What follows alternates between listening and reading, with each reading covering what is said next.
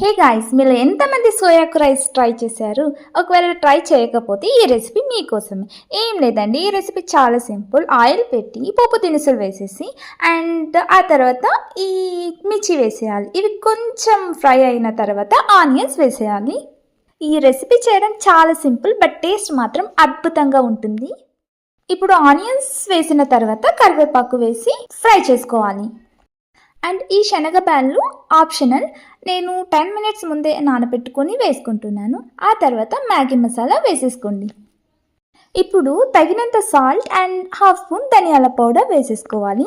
మిశ్రమాన్ని బాగా కలిపి ఒక 1 to 2 మినిట్స్ ఉంచి ఇప్పుడు వాష్ చేసుకుని తరిగి పెట్టుకున్న ఈ సోయాని అందులో వేసేసేయాలి. ఈ మిశ్రమాన్నంతా కూడా బాగా కలిపి ప్యాన్ క్లోజ్ చేసి ఆకు మొత్తం బాగా ఫ్రై అయ్యి ఉడికే వరకు ఉంచుకోవాలి. ఇప్పుడు సోయాకు రైస్ కావాల్సిన మిశ్రమం అయితే ఆల్మోస్ట్ రెడీ అయిపోయింది. ఇది అంతా కూడా ఇలా దగ్గరకు రావాలి.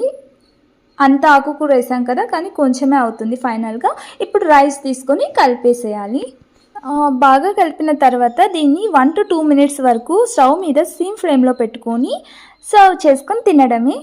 మీరు గమనించినట్టయితే ఆయిల్లో వేసే పదార్థాల ఆర్డర్ క్వైట్ డిఫరెంట్గా ఉంటుంది. యాక్చువల్గా అదే యూనిక్ టేస్ట్ని అయితే ఇస్తుంది. Thanks for watching. Please do like and subscribe my channel.